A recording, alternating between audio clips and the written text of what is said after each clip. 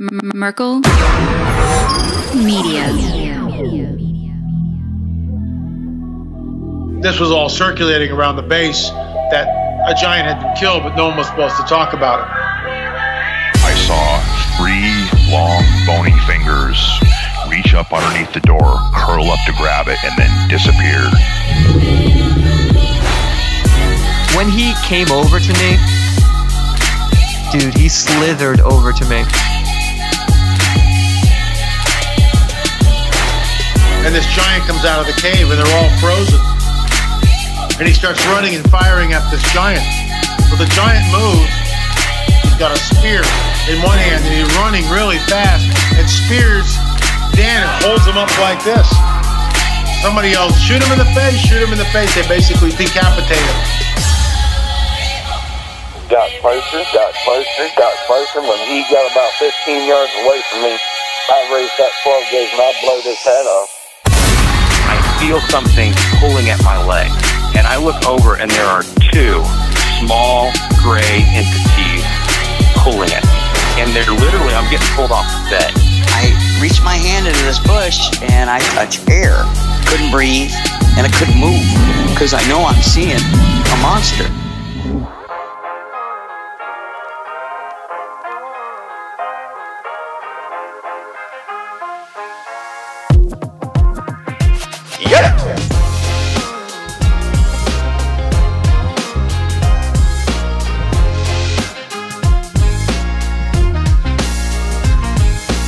Welcome to the show, everybody. You're listening to the Confessionals podcast. I'm your host, Tony Merkel. Thanks for being here. If you have a crazy, wild experience you want to share with me on the show, go ahead and shoot me an email. My email address is contact@theconfessionalspodcast.com. That's contact@theconfessionalspodcast.com. Or go to the website, theconfessionalspodcast.com, hit the contact section, and you can reach me that way as well. Either way works for me, just get a hold of me. If you want more shows on a weekly basis, we got you covered, theconfessionalspodcast.com/join, or even on YouTube. They are both memberships that we offer. Both get the same content, just 2 different locations. One's through our website, and you get access to the Members App. Or if you just want to remain on YouTube, just stay on YouTube and become a member there, and you get the same content as well. Either way works for me. Just come hang out with us on the membership side.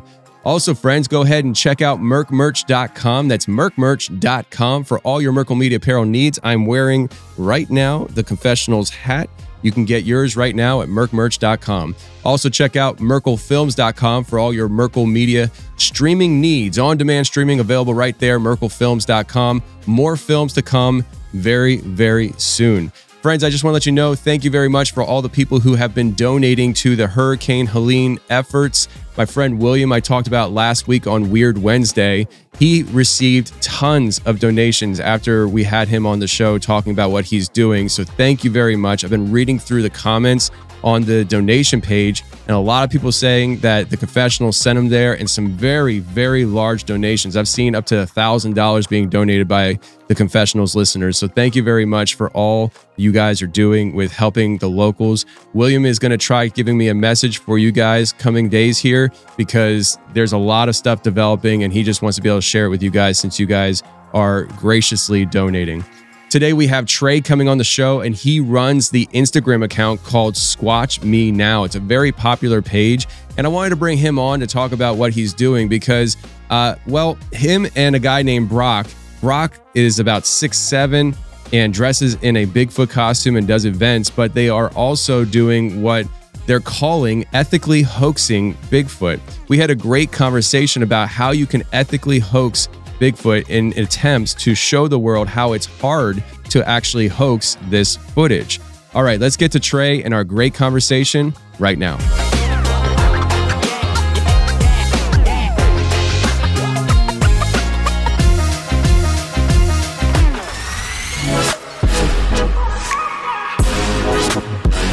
All right, today we got Trey and Brock on the show. How are you guys doing? Good. How are you, Tony?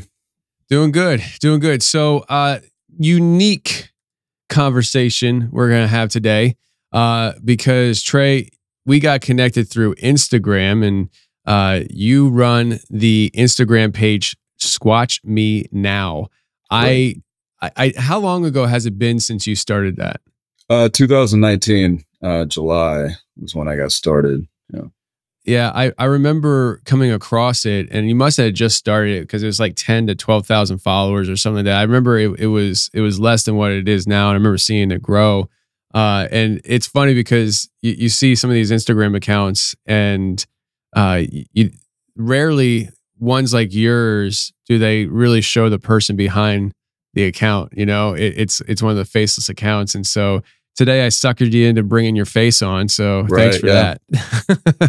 Yeah, you know, it's I wanted it to be about the subject, you know, and there's phases to this, but I wanted to start with you in terms of starting to put myself more into that platform. But you know, to begin, I really just wanted to start with the subject and kind of where I was and what I was looking at about the subject, what I was from various perspectives I have on not just the subject as a broader phenomenon, but what's going on with the evidence that we have. I do have a film and video background, so most of our evidence is photo or video. And I think to some extent I can bring a perspective to that that a lot of people don't have. And certainly the broader phenomenon from a anthropological perspective, historical, is very interesting to me, and sort of tying that all together. But, you know, it's been great to sort of look at the evidence and look at the reaction the evidence gets from certain people. And so for me, to a certain extent, it became a market research for future content that I'm creating. What are the questions people have? What are the questions that need to be answered? One of those being like, why is Bigfoot blurry? You know, like that's one of the most common comments I get on video or photo evidence, specifically video where there is a blur to the figure is, you know, why is it blurry? We have these great cameras. Everybody has a cell phone, blah, blah, blah. We should have better quality, visual evidence at this point. And the truth is, everybody's really spoiled with National Geographic, you know, and where in the Bigfoot world do we have a massive legacy corporation like National Geographic that's dropping hundreds of thousands of dollars on photographers set out in the wild with, you know, $50,000 worth of photography equipment for years at a time to get that Arctic fox, you know? Yeah. That's how you get that kind of footage. You know, it's a 600 millimeter lens on a, you know, which is 10 to 20 grand on a $10,000 camera body on a $2,000 tripod for 5 years in the Arctic. And that's how you get that beautiful footage of these, you know, rare creatures. And you're still not talking about what I think is a super athletic, intellectual, or intelligent hominid running through the woods, adapted to avoid you. So, you know, try to get that a great, beautiful shot. And then most of these videos are from a random person who picks up their phone and says, hey, let me film that. So if you don't have any concept of how photography works, you're going to wonder why Bigfoot's blurry. And I have some other theories that come from a biological perspective of why it might be blurry. But just from the baseline, photographically, it's very hard to go film your dog running around in the backyard at dusk. And your phone, especially as most people have it on some sort of auto settings, it's going to say it's twilight, you know, it's going to lower the shutter speed to adapt for the low light. And as soon as you do that, you start getting more motion blur and all these kinds of things. So if you have a dark colored animal moving quickly across any landscape, you're going to lose a lot trying to shoot that with a 24 millimeter cell phone lens from 50 yards. Like and then, you know, there's also, even if you shoot that, you know, people say, oh, we have 4K, we have 8K. Even shooting at that high resolution, there's only a certain extent that you can zoom into that before you start losing data, visual data, you know? So, with Squatch Me Now, it's really been a great thing for me and my research. Not only see this from my perspective and see the phenomenon from my perspective, but to see it from other people's perspective and see the answers that need to be sought and taught to these people in terms of why this is more realistic than I think most people understand, because they don't understand what they're looking at, really. And not necessarily they don't understand what the creature is.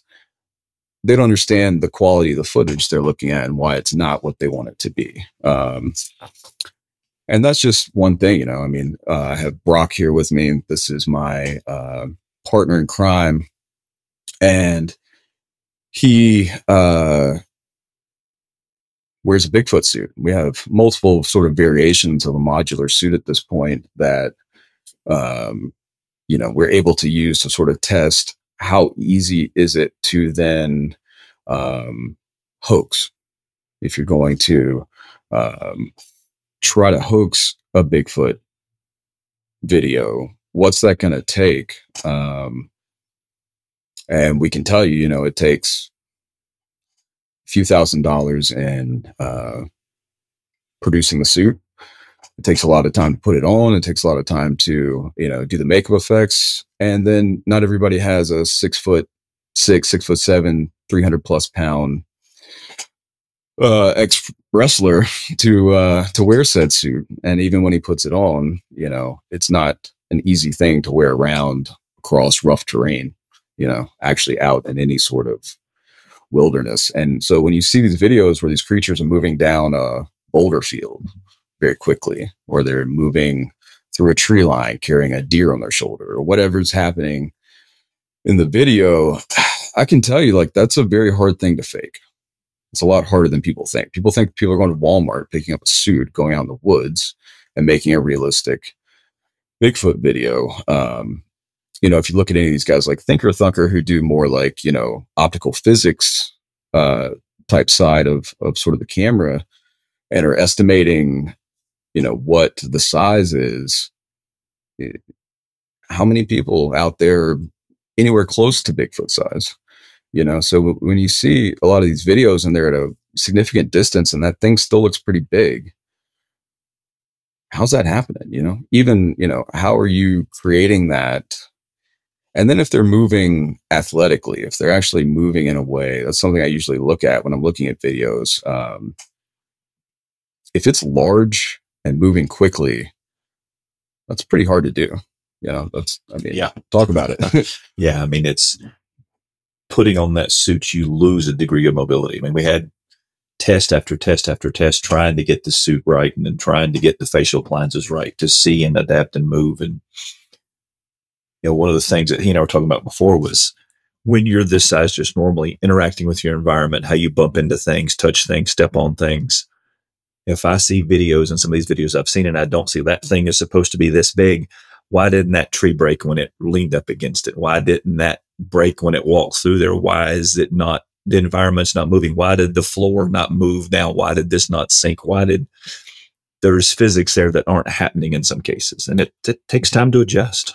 I think another interesting thing that we learned just testing the suit, and this was a complete accident pretty much, but we were doing an early test of the suit for a facial appliance that we're not currently using.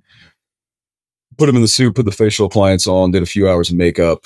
We were in a warehouse in a fairly busy area of Wade Hampton Boulevard, a big intersection, Wade Hampton Boulevard. Yeah. And I took him outside. So let's take a walk. And we have this on camera. And just had him go stand at this busy intersection in the middle of the city.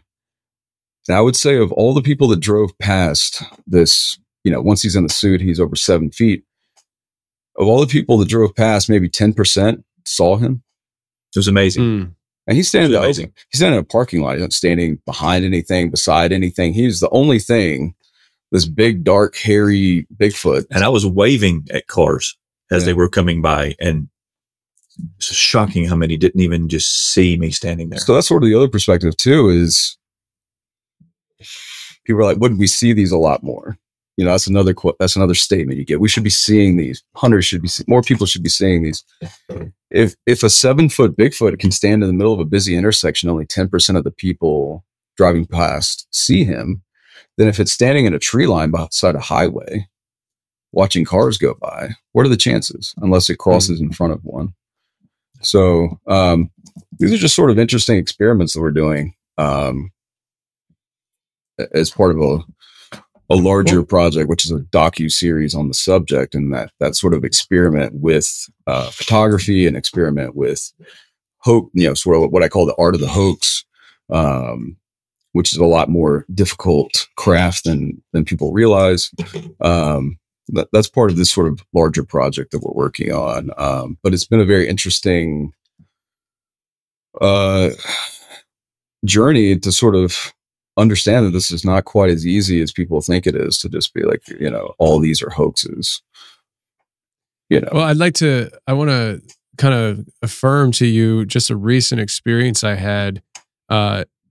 So we're recording this in September. My wife made it very clear to me that in August, I was out of state for 18 days. I did a lot of traveling. And recently, I just got back from Utah. I spent a week in Utah in the beginning of September. And I'm sitting in the airport, and this was the Atlanta airport. It was about, I'd say, 8 o'clock in the morning or so. And I'm sitting there, Jack's on his computer, working on an episode or whatever. And I'm just people watching. That's what I do. I people watch. I know people think it's creepy these days, I guess, because everybody's in their phones. But I just, when, and you could probably, to a certain extent, sympathize with this. I mean, when your life is your phone, when you have to, look at a computer screen for what you do for a living and stuff, you'd rather not, And so when I'm on a plane or I'm in an airport, I just kind of sit and chill and watch. And as I'm watching, I see this guy that's probably 6'4"-ish, walking by, kind of stocky, not totally in shape, long hair. And I see him and I'm like, that's that dude from Instagram. His handle is Nerdork, and he's the guy that does like the videos where he pretends to be pulled over by a police officer. He's like, "No, officer, I didn't know." And it's just like this whole shtick. Right, yeah. And he comes walking by with a buddy of his, and I'm like, did nobody, like, 'cause this guy has millions of followers. I'm like, does nobody see this guy here? And I said to Jack, and he didn't see it. And then I heard somebody else talking about how they bumped into him, and I was like, that was him, But it's like, people are so kind of in their zone. And when you're talking about people driving down a road, like they're going to work, it's every day, it's repetitive. It's like, it's one of those things where you leave the driveway and you don't even remember the trip to work because it's just so repetitive, right? It's like muscle memory.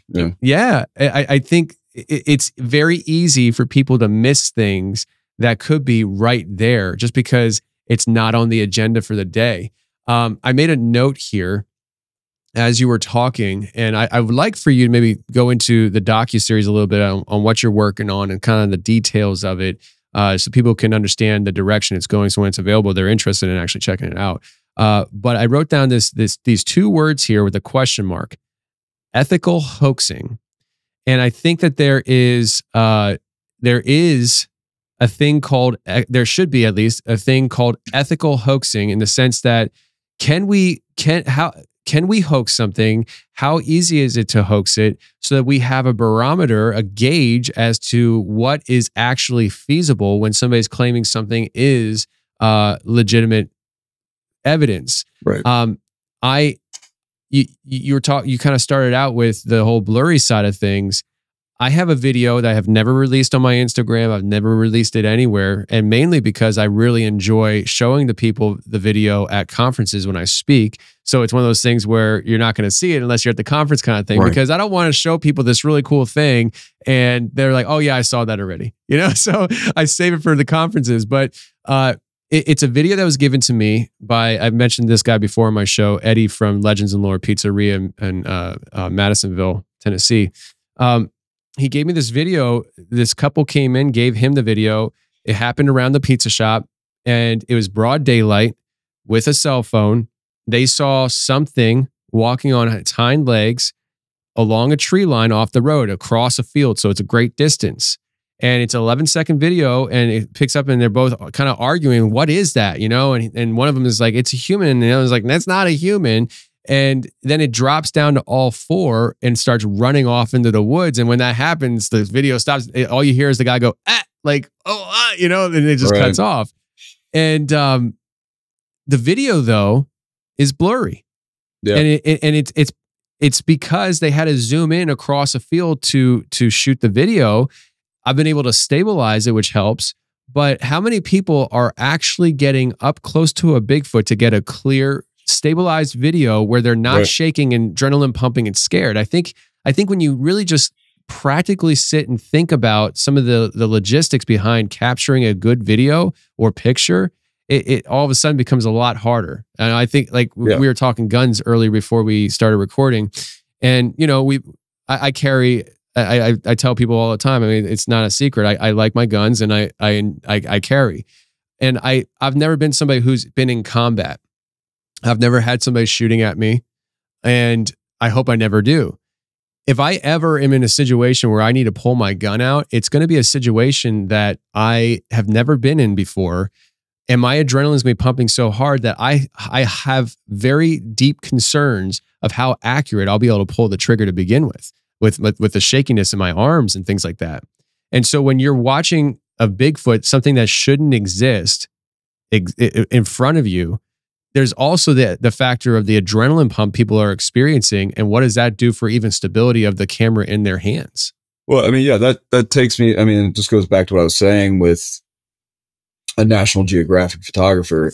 You got a long lens, you got a, you know, expensive camera body. It's on a tripod. You've been sitting there and that's what we really need. If we want that footage, then we need to get together as a community and fund that kind of expedition to put those people in the right places. We can look at the data, we can look at map data and see where where this activity is and at what time of year. We need to put people there. We need to put them there with the right equipment, and I think we'll get what we need. If they're placed correctly, you know, this is sort of my end goal, is getting to that point. But to your point, you know, once you zoom in, even if it's whether it's a digital zoom or an analog zoom, whatever kind of equipment you're using, whether it's a camera or a phone, when you start zooming in, you're going to get more handshake. It exacerbates it. It amplifies the handshake visually. So the more you zoom in, unless you're stabilized, the more shake you're going to get. You're probably also going to lose some of your, you know, how well that camera is receiving light. And again, if it's dark, a lot of these sightings happen at dusk, probably because that's when they're coming out to hunt. That's when most predators come out to hunt, is in the morning at dawn and dusk. That's magic hour if you are filming correct, you know, with the right equipment at the right time, with the right lighting. That's great. But even if it's right before magic hour, you're not going to have, is it standing in a shadow? It's already dark. I mean, just look at, I work with some nonprofits that do stuff for our local animal shelter. And I do a bunch of pro bono work, raising money through social media for them, not through the Squatch Me Now platform. But we have a hard time getting black dogs and cats adopted out because they're very hard to photograph without a lot of lighting. So if we're talking about most Bigfoot, regardless of the color of hair, I would say, you may confirm or disagree, but, a lot of sightings describe sort of a grayish dark skin. If you've got a dark color hair, dark, skin color, it's going to be much harder, especially at a distance, especially in low light, to get any sort of detail on that image. There's a lot of things that are terrible about a cell phone. A cell phone is not a cell phone's great for selfies and taking pictures of your food. That's about it. I encourage people, if you have a cell phone that's your only camera source and you're trying to do this kind of stuff, go online and get one of those spotting scopes for like $80 on Amazon. I have those links on my, in the links on my Instagram, and a lot of them have a mount for your cameras. So at the very least, you can get a longer lens. It's not a great lens. It's not going to be high quality for $80, but you're going to be able to see something at more detail on something at a distance, using your phone with a, $80 spotting scope for hunting.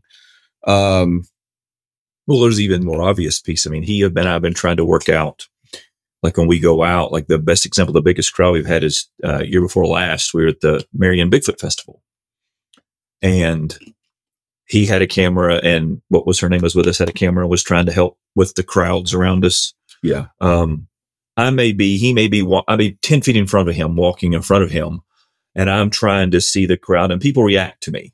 So I may see somebody off to the left, and I'm walking and he's on me, and I turn and I'm going that way. Or I stop and turn and come back towards him. Or I see that there's a dog that I want to be careful of that's scared. I'm going to step over this way. Or I just walk by a child or a grown man that's terrified and starts crying. He doesn't know where I'm going. So I can turn and come right back at him, turn and step off to an edge, turn it away. Like we had at one point, we had so many people, we got in the center of the town square, and I stood in the middle. There was 100 people around us. So I'm just turning and hugging kids and holding people and saying hi and doing things, but he's constantly moving. So we're working out a headset piece where I've got a headset piece in, and he's microphoning, stay to your left, stay to your right, slow down. Hey, there's a kid following you because I don't have the periphery in that suit to see everything perfectly. Hey, there's a kid to your left that's been following you for 20 feet. Stop and talk to him. Or, hey, there is a dog coming up on your right. Watch it. So even like you're saying, that filming in broad daylight, 10 feet from me, when we were going through footage, it was, well, that's where you move. That's where you change. That's where I didn't know that lady was going to walk out of that booth and grab you. It changed. I mean, yeah, so to his point, it's difficult even when it's not an actual Bigfoot. It's just a buddy in a giant Bigfoot suit. Yeah. In broad daylight, it still can be difficult to get the footage that you need, just depending on how fast he's moving around or what's going on. And it's difficult for him. I mean, like the facial appliance blocks his peripheral vision. So that's another thing, when it just comes to. I unfortunately need these, but I can't wear those when I have this on. And I can't do a contact with it because we can't take the chance of the makeup and causing an infection with the contact. Ooh. So when I've got this, like my doctor's like, no, because I wanted to have contacts made so I could see better when I moved. And she was like, no. She's like, if any of that, just the smallest amount of that makeup that you're getting on, or even the remover gets in that contact, you don't know it, it doesn't come off when you're cleaning it, you put it back in your eye, you'll get an infection. So I can't do that. So I'm already, everything's sort of fuzzy. And then I've got this piece that cuts down on that periphery. So that's why we're trying to figure out hey, I don't see that coming in from the left. I'm trying to very turn and move to see so he can talk to me. So I think to your point for ethical hoaxing, that's what we're kind of trying to do is, just experiment with what it actually takes and show people that not only hear how hard it is to actually do the hoax, but if this was a real thing, if this was a real creature, here are all the problems involved with actually capturing quality footage of it. So that's part of that sort of larger experiment. And I even experiment, sometimes I feel like a little bit like I'm playing 5D chess with my audience because, I'll throw something up and I'll literally put in the comment, this is a fake video. This is a fake video. I'm telling you right now, I just want to see how many people actually read the caption. And for me, that's such an interesting experiment about human nature. And we were talking about how people are like this, but also and especially with what's going on in the world right now, how many people just read a headline and they shape their entire worldview? Yeah. They didn't read the article. They read the headline. Their entire worldview is now shaped by this headline. Now, how many of those people that actually read the headline, read the article? And then that one article shaped their entire worldview about that subject. And then how many people that actually read the whole article, read other articles on said subject, and then actually got a sort of a broader concept of what that subject was. And you see a lot of that with the Bigfoot community. One of the things I get really frustrated about, the argument, is it ape or is it human? Yes. The answer is yes. Is it supernatural or natural? Yes. I mean, to me, that's the answer, because I don't think we're dealing with, we started where it was like people thought there was like one Bigfoot in Northern California, right? There are probably still some people that think that. And then there are people that, now think, okay, Bigfoot is just a population that's just in Northern California. And I think people are starting to obviously understand that this is a worldwide phenomenon. But the idea that you're just dealing with one type of thing that composes the entire phenomenon is almost silly to me. But you see this sort of dogmatic approach to it, and people breaking into factions, or it's this or it's that, when I really feel like it could be, or likely is, most likely all of it to a certain extent. People say, is it multidimensional? And I usually say, aren't we all? That's what quantum physics is telling us, right? Yeah. And there's the Arthur C. Clarke quote, "Magic is just science we don't understand yet." So I hate that quote so much, but I understand it. Why do you hate it, Tony? Because I don't want to think that one day some of the magical things that happen around us today could be explained by science. Like I just want to live. I just want to live in my fairy tale. Yeah, but science, no, I get that. But, science is not, I think, unfortunately, science is not science anymore. And that's why I, too, have a very, I grew up, though, loving the concept of science. The problem is it's not, if we can't question the science, which is where we've gotten, right? Yeah. Then it's not science. It stops being science. For me, from a Christian perspective, science is the journey to understand God, but something will never achieve, obviously, to better understand God's creation, if you will.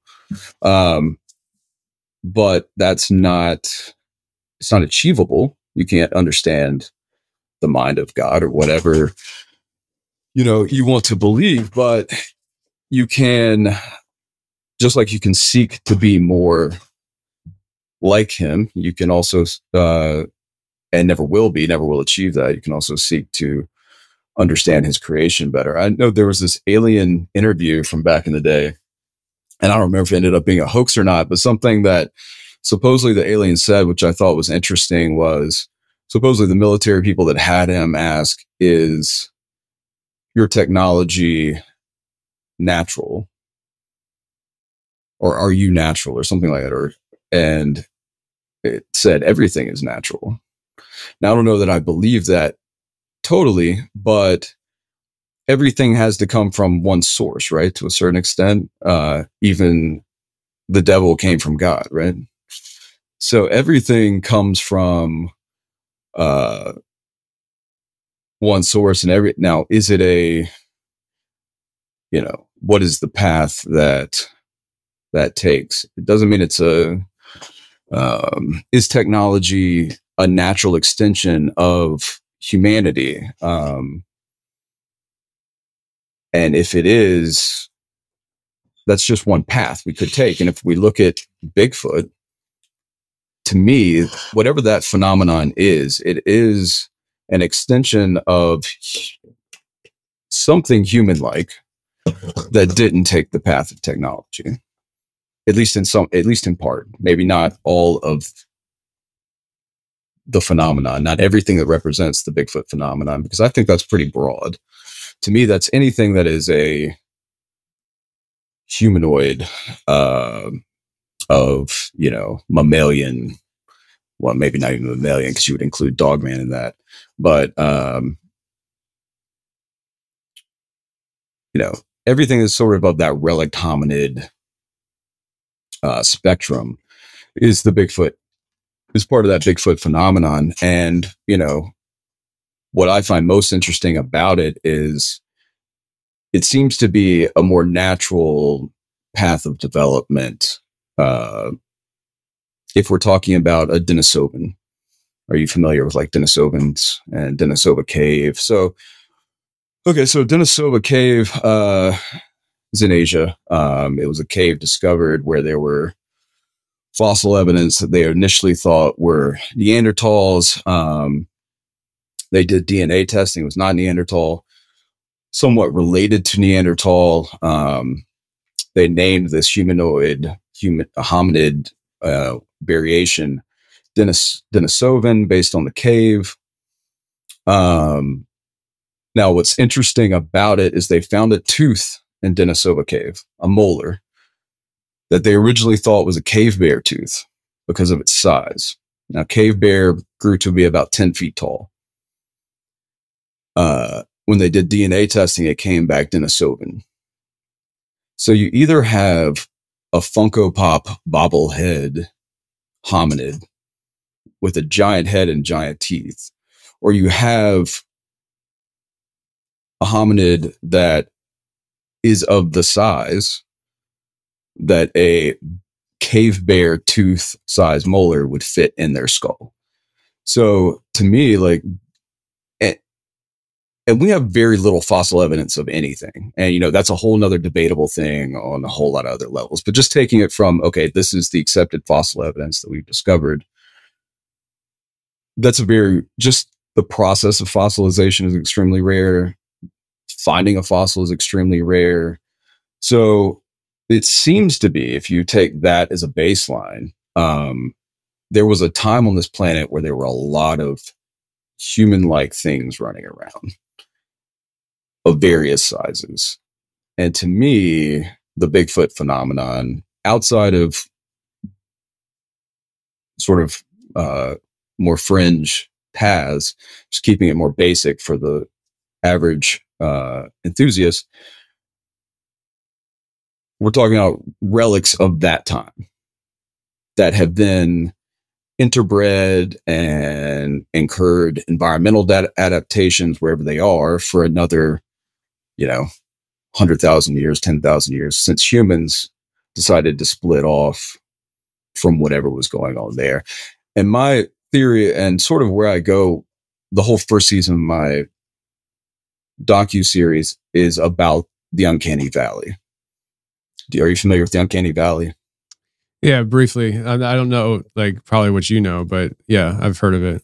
I mean, I feel like if you look at where civilization popped up originally, and this is somewhat ironic, but if you look where civilization popped up originally, it's the same place we met Neanderthals. Almost the exact same location of where the first civilization started to emerge was the same place where we started to really slam into other early hominids that had already left Africa or had developed outside of Africa. So we know from the Uncanny Valley, for people who don't know what it is, the Uncanny Valley was an experiment done by a Japanese scientist in robotics in the 70s. And what he was doing was showing people different versions of robots that were on varying degree of less human to more human. So the R2-D2 trash can robot was very cute and everybody loved it. But as soon as that robot gets to be very human-like, there was this dip in the graph of data based on their reactions. People got very nervous. And what this indicates is an ancient memory of something that looked human, but wasn't, and was likely preying on humans. Now, people could put a lot of different stuff into what that is. But for me, the most seemingly obvious explanation would be, okay, we met other things that looked like humans that weren't humans, right? And we know from fossil evidence that there were a lot of those. And we know that Neanderthals were both inbreeding and cannibalizing humans. So, and eating humans. So, I mean, we found that evidence. We found human bones. We've DNA tested and found that, there were Neanderthals eating humans. And I'm sure that the mating wasn't the Geico caveman showing up at the human girl's cave to pick her up and take her on a date with some flowers. That probably wasn't a very sweet process. So, I mean, for me, the Uncanny Valley is likely due to running into these other hominids. And then taking it a next step, did that experience, because it happened around, the same place that civilization first cropped up, did that have anything to do with why we needed to put walls around us? And if you need to put walls around you, need to grow crops to feed people, because you're not necessarily leaving those walls too often to go hunt. Or if you are, you're sitting out a bunch of people. And so if that necessity to survive, the other hominids invoked civilization and its technology, did our technology in the 1970s of robotics discover the origin of civilization and technology? Is that evidence of why we started civilization in the first place, encountering these human-like predators? And is that technology leading into AI and robotics and transhumanism going to create the new predators, of humanity? The new super predator? The answer is yes. The answer is yes. Yeah. Hopefully not, but hopefully we get that solar flare. Yeah. Yeah. I looked at to fill people in the solar flare. We were both sitting here before we started recording, fantasizing about what life would be like with a solar flare and how it would kill all the electronics, and we'd be forced to live a simpler life and probably smile more. So it was a good fantasy. I often wonder what humanity would have become had we not crutched on civilization. And I really think if we look at a lot of what, maybe not all of it, but a lot of what's considered the Bigfoot phenomenon, that is pretty close. I mean, humans have actually gotten small. For a long time, they got smaller after agriculture began. They were less robust. Our bones were thicker. Our skulls were thicker. And thicker bones indicate thicker muscles. So we were probably much more robust before civilization. We were. And we've just sort of declined. And now I guess with, all the steroids and stuff in our food, we're at least getting taller. I'm not sure that we're getting more dense or, physically adept. But as a whole, obviously that doesn't seem to be the trend. But I do think, a sort of more natural process of evolution and development is what we see, and could account for some of the more woo aspects of the Bigfoot phenomenon, like mind speak. Mind speak is something a lot of people will message me and talk about, but be like, don't tell anybody about this part of my sighting. So in 2019, the CIA declassified a bunch of telepathy documents. I don't know if you've seen any of those, but if they had data of successful telepathy experiments in humans, that means that there's at least a seed for that possibility in human-like organisms. Would it be a reasonable adaptation for a hominid that had never crutched on civilization, had never needed that? And so when you look at verbal communication in humans and the evolutionary adaptations we have based on verbal communication, the whites of our eyes, the sclera in the whites, are part of an evolutionary adaptation to aid in verbal communication. They help sort of let the other person know what we're thinking and feeling when we're talking, and direct sort of our verbal communication. That's how it originally evolved. What do we see in a lot of Bigfoot sightings? Completely blacked out eyes, or, browned out eyes. So if they don't have sclera, is it possible that something human-like that's continued to develop parallel to us might have further developed that ability to use telepathy and not needed to adapt the sclera in their eyes? Certainly would be beneficial to, ambush hunters, which we see in early hunter-gatherers and probably in Bigfoot. We certainly have witness reports of people seeing them ambush hunting deer and that kind of thing. So I don't know, man. It's a big subject. I don't know that we're going to get to everything I could talk about, but it's there's a lot going on with this. And so my goal with Squatch Me Now, and this is sort of a lifelong goal. I'm not planning on quitting this anytime soon, so I'm also not in a rush, but is to sort of like really get people thinking bigger about the Bigfoot phenomenon. I think it's a much bigger subject, and we don't need to argue about whether it's a Nephilim or it's a ape or it's a human or it's a Neanderthal. Or let's just look at it from a bigger perspective and sort of chase all and pull on all those threads. And I think we'll get a better idea of like the full tapestry of what's going on here. It's a pretty big subject, and people really, it's, humans naturally want to just sort of make things simple so they can understand it. We need to make things understand things are very complex, and we need to adapt to the complexity of these phenomena as opposed to trying to make it fit in our understanding of the world, because we'll have a better understanding of the world if we do that. Yeah, I think we naturally, I mean, I don't even know if it's natural, but we live in a world where we're told what to think constantly, you know? It doesn't matter what, media source you're tuning into, that media source is designed to tell you what to think. Right. And so we now naturally just want to say, just tell me what to think. I just want to know what to think. Just tell me. And with this topic and the stuff that we do, maybe the common ground is, hey, do we both agree that something's going on? Yes. Okay. Then let's not get caught up on our differences on thought with this, and let's just start building from there.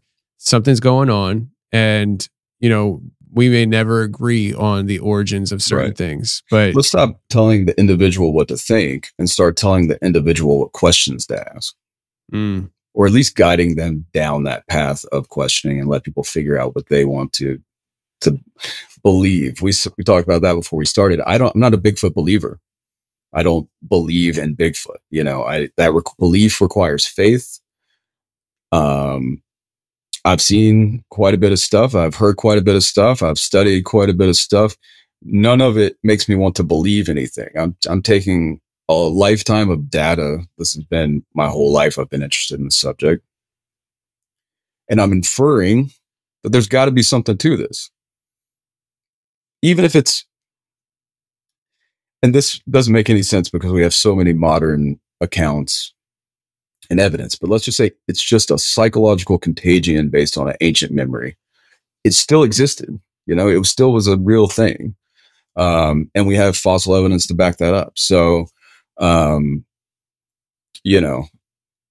think just getting people, Bigfoot too. And the reason I started with that subject on social media was, it's sort of the catalyst subject for everything else, because it's about our origins, really.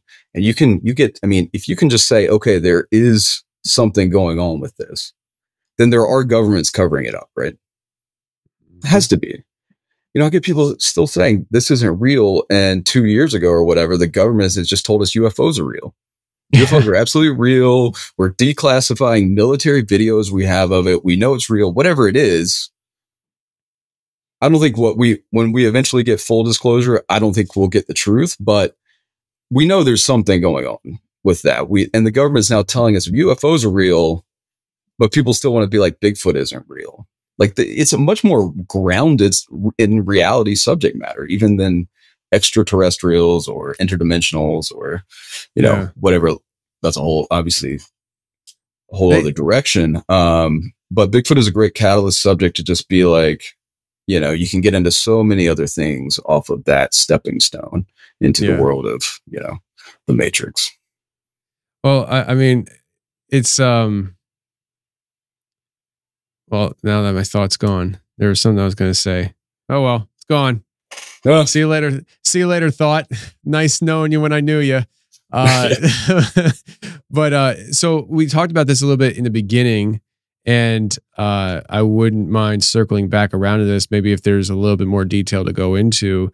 You mentioned about the docuseries that you're working on, and and how this docuseries is, from what I understand, to explore the idea of hoaxing and how easy is it and stuff. And you guys, you got a Bigfoot sitting next to you, and you guys have hands-on experience with this stuff. And I just want to clarify with people, I personally do believe there is a thing called ethical hoaxing, in the sense of this. If somebody's hoaxing, I'll use you guys as an example. So you guys are doing experiments. How easy is it to hoax a Bigfoot in a city setting or in the woods at night with the camera, all that stuff? If you put it out there, first of all, if you put it out there and say, this is our experiment, take it for what you want, that's in my mind, that's more of an experiment than a hoax, because you're now telling people what it is all about.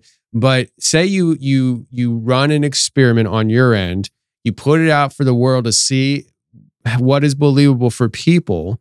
I think there is a window of time. Like, just say you put that out there, and then like a day to a few days later, you come out and say, "Hey guys, we hoaxed this. We were just trying to," and you kind of break it down as to why you put it out there. I think there is an ethical aspect to that, because it allows people who are believers in Bigfoot to have a gauge as to what is actually possible.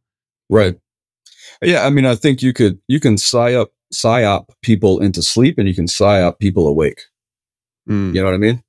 There's a lot of that going on in the media, and, you know, we live in a very interesting time where, you know, when I started in the film industry, if you wanted to get an aerial shot, you needed to get in a helicopter with a film camera. You know, if you wanted to, you know, edit, you had to process film and then, you know, chop it up and this, that, and the other. Now I can throw a drone out of my sunroof. You know, now I can, you know, I don't have to have a big steady camera. I have a gimbal. So I can shoot in 4K, I can shoot in 8K, you know. So as media makers, I think we really have and independent ones, we have a great opportunity to really change the world in a big way. We have social media that we can put it out on, as long as you don't get censored. You know, you're not doing a subject that's prone to that. So while the larger scale media is trying to keep the people asleep, we have a great opportunity, and certainly what you're doing, to help people wake up. And we have everything, all the tools we need. I mean, we have everything you need to make really high quality, you know, content, and media is at our fingertips. For me and my project, it's called Masters of the Hunt. And it's now, it'll be almost 5 years. When I started, documentaries took a long time to produce.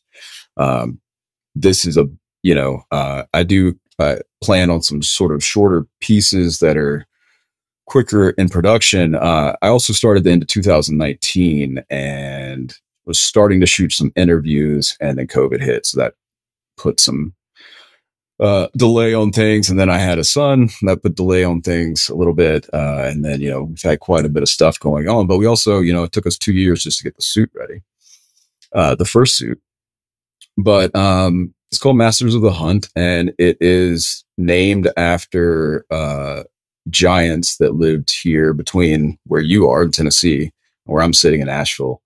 They were known as Lords of the Game or Masters of the Hunt by the Cherokee, and that goes into the legend of Sul Kalu, who was the Cherokee devil. And that's an amazing story. I'm not going to get into all of it right now, but it's a very interesting story about mind speak and giants and interbreeding with humans and Cherokee sort of life at the time. And it was recorded by a man that went to live in with the Cherokee in the early 1800s. And it was told to him by an old like grandmother in the tribe at that time. And it was told as fact that there were these giants that lived with the Cherokee people at that time. They were great hunters, and they could control the minds of animals, which I think is interesting when we get into the idea of mind speak as well as infrasound. So that's what it's based on. And I named it that primarily in honor of those giants living in a place where I live and being the giants from where I'm from. And, you know, we've got Ron Moorhead who's in it. I've already interviewed Ron. Got Marcia K. Moore, who's been in Ancient Aliens, and she's a forensic artist who's basically the only person doing forensic recreation art of the mound builders and, you know, the elongated skulls and all that. She's amazing. She's great. She's doing this project now too called Tire Squatch, which people should check out, where she's using recycled bike tires and making like Bigfoot sculptures that are really amazing out of them. Her first one's named Bjam. Bjam is another, and I find it interesting. Bjam is another story. It's more of sort of the white story of Bigfoot in this area, where the Bjam would come out and peek at the girls who were at the swimming hole. And at one point, one of the girls fell in love and was obsessed with Bjam and would go out at night calling for Bjam. And eventually Bjam came and took her and went away with her. Well, this is almost the exact same story of Sulkalu, which is very interesting because you have Cherokee from, say, the 1600s or whatever, talking about Sulkalu and this one Cherokee girl that went off with him. And then you have, in the 1800s, early 1900s, you have whites talking about the Bjam and this one girl that went off with the Bjam. Now, is the Bjam using mind speak to control this girl? Like the Sulkalu and his giant, tribe could use their minds to control the animals. It's very interesting. And then if you take, where did these giants come from in this area? It's not just the Cherokee that had this legend. If you look at early explorers to the southeast, almost all of them, and even the Caribbean and some South and Central America, talk about running into giants when they came here. These first explorers, almost every single one ran into giants that they said looked like giant Indians. Some of them, or they were red-haired giants. You always get one or the other. And then you have the Aztec legend of the Kinametsin. I probably butchered that name, but I wouldn't know anyways. They supposedly killed most of them off, and the rest they ran into the southeast of the United States about 500 years before those early explorers landed here. So, what we're trying to do is sort of start in one place, which is like right here, right where I sit, and trace where are these giants coming from? Where are these huge humanoids, huge hominids? What's the history of them and where did they come from? Now, we've talked about in previous messages on Instagram about you have some sightings in your area of white Bigfoot, right? Yeah. White-haired, light-haired, blonde, or whatever. One of the first witnesses that I interviewed was going to school, I think 5 miles or 10 miles from where you live, or that area where your guys had that sighting. And he had one while he was in college, just driving down the road, and he sees a white Bigfoot like run down this hill and cross the road and go to the other side. And what I find interesting is in Malta, we have stories of these white, hairy giants that lived under the temples in Malta, Greece, and they're sacrificing people to them, and they're living in these subterranean, caverns and stuff. And then where you are, where there's probably one of the, that sort of circle of states right there, Kentucky, Tennessee, talking about the most cavernous areas in the world, and we're having white Bigfoot sightings. So, I kind of said I'm trying to take this project to sort of be a Bigfoot, sort of a theory of everything for Bigfoot. What are all these pieces and connecting? Because it's great to just look at it, have a documentary that just looks at this one area, and that's awesome. But how does that connect to Malta? How does that connect to the Aztecs in Mexico? How does that connect to the Mayan howler monkey god that has the same name spelling almost exactly of the Indian monkey god that led an army, in the Bhagavad Gita? So, there's like all these connections. This is a huge phenomenon that stretches historically across the world, both through fossil evidence as well as our historical accounts, indigenous all the way up to modern day. So it's a lot, and we're trying to put together all those pieces historically, and in each episode give them a little bit of a piece here and there, while also tackling these subjects of the art of the hoax, photography, technology. How is that important? And then the sort of next element is actually getting into the field and applying some of these techniques that we're talking about and teaching people. Let's get out there and show them, okay, so you need your camera to be stabilized. You need this long lens. You need it here. How do we get in the right place and create the right environment to get the shot that we need? And what would that look like? And what were the protocols for doing that? As opposed to just going out, running around in the woods, hoping something happens, because the likelihood of that is extremely, poor. A lot of these sightings are just random people. And if you're not prepared, you're going to be shaken, right? You're probably going to be shaken anyway. probably gonna be shaking no matter what. Your adrenaline's gonna immediately shoot up. But can you be prepared for that? And can you put yourself in the right place at the right time to do it? And I think we have the data. I think we have the technology to do it. On the other hand, another part of it is recon trips to these areas without technology and just being there. And also, I have a massive camera collection with old cameras that don't have all this EMF fields coming off of them. They don't have infrared. They don't have EMFs. They're not doing all this. It's just an old wind up film camera, like they shot the original Patty film with and that kind of stuff. Taking those out is that going to have any influence on whether or not we are scaring these guys off or, with infrared and EMF and all this stuff, using sort of, call it more primitive camera technology. So there's a lot to it. And there's a lot more that I won't get into today that from an experiment and sort of protocol perspective, but, really just trying to push the envelope of the subject and, what are we doing? And let's just go all in on Bigfoot because, you can get distracted. You can go a lot of different directions. And that's great for content. And that's great to build an audience, but let's nail this down as much as we can. If that takes, another 30 years, I've got time, hopefully. We'll see. But,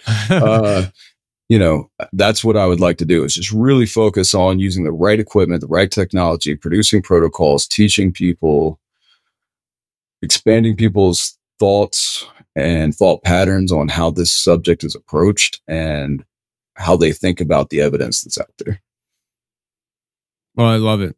I love it. And it's funny what this conversation is happening today because this whole idea of ethical hoaxing and all the stuff we just talked about today and going into it is something that was new to me and brought up at the conference last week that I was speaking at. And they had a discussion, a whole panel on stage talking about similar things. And they had a little more severe reactions than I did. Like I forget who it was, suggested that if you're caught hoaxing, there should be jail time. I'm like, whoa, whoa, that's pretty severe. But I understand the passion behind the topics and stuff, and that was more geared towards the paranormal. So, but this is very exciting. Masters of the Hunt. Yep. Is there any window of time that people can maybe expect to check it out? So, I actually have trailers and all this stuff already cut. I'm considering probably next month I'm going to launch a Kickstarter. I have it already built. It's ready to go.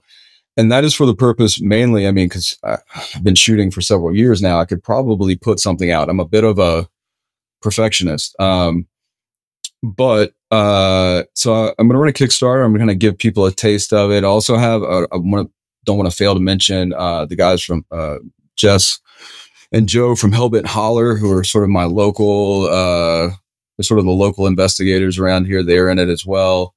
And, I'm hoping by early next year, you'll have episode 1. I'm thinking about doing, sort of like the first 6 will be about an hour long each. And we're sort of doing the Southeast, and obviously it's not just the Southeast, but, we're in North Carolina, we're in Tennessee. I'd love to come interview you when we come to Tennessee. I may, go out with you guys a bit, but, we're going to go to Alabama, Tennessee, North Carolina, South Carolina, Georgia. It's big. There's a lot going on in Georgia, and the Georgia, South Carolina, called the dark corner around here.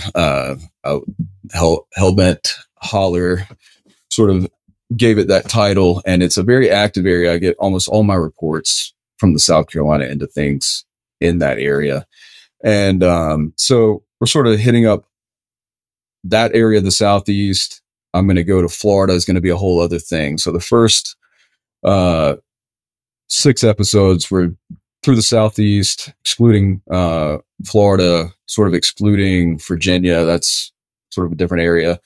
And just sort of doing Tennessee, Alabama, Carolinas, Georgia, and then tying that into, like we said earlier, we've got white ones showing up in cavernous areas of the United States. We got white ones showing up in Maltas. We got giants depicted in the Southeast and all these early accounts. They happen to be pushed out of Mexico. Where can we go to Mexico and sort of tie that in? So while we're staying in the Southeast, we're also taking people out for the tie-ins on these kinds of things. And then we're working with Marcia to do these forensic recreations where she's actually modeling these up of different types of Bigfoot and different types of giants that are being seen. She's doing 3D computer models. Then we're printing them.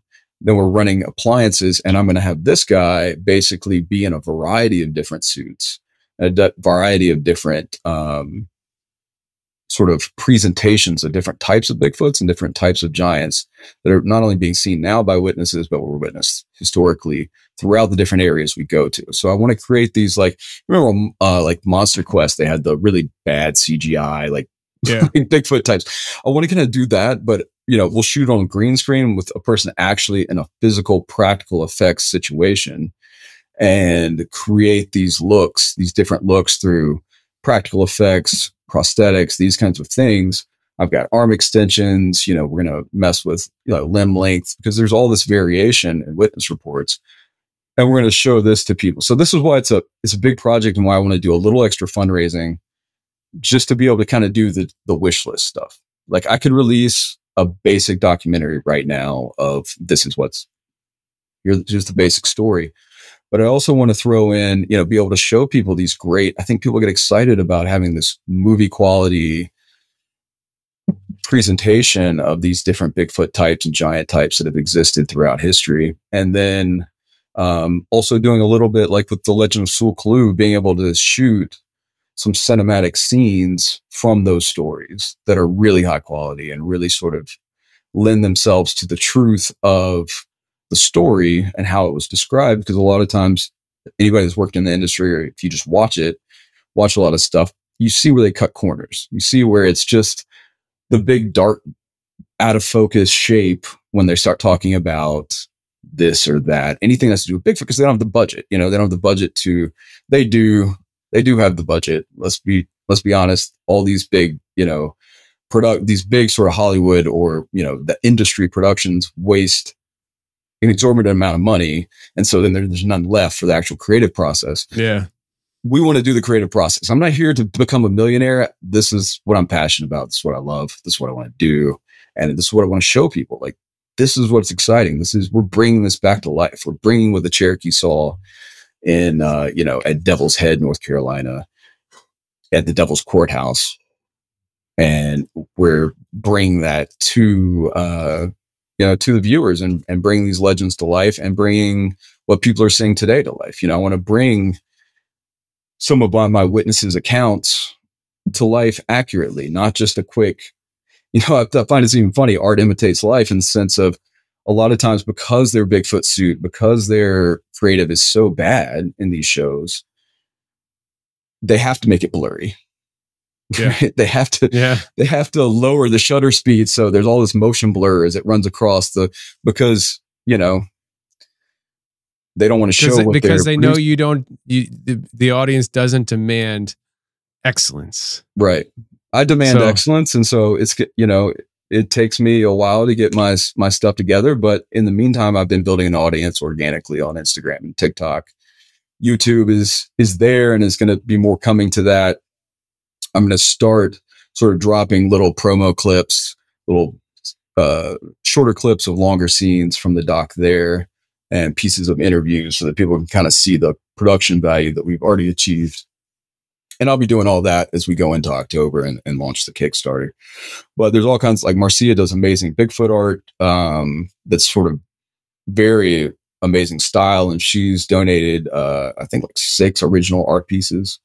I've got, a variety of T-shirts and posters and merch. And I'm working with an artist and art director out of Australia named Nick Bizzarro, who we're sort of doing a soft rebrand, and you're going to have a lot of really cool merch coming out. Really trying to take sort of the merch aspect of this and so the branding of the subject, if you will, for this platform, kind of to another level. So a lot going on behind the scenes, and have been for a long time. And in the meantime, I've built about a 500,000 person follower on social media. So now I have the audience. I just want to really give them sort of the content they deserve. Awesome stuff, man. Trey, Brock, thanks for joining me. Hey, thanks, Tony. It was awesome, man. Good time.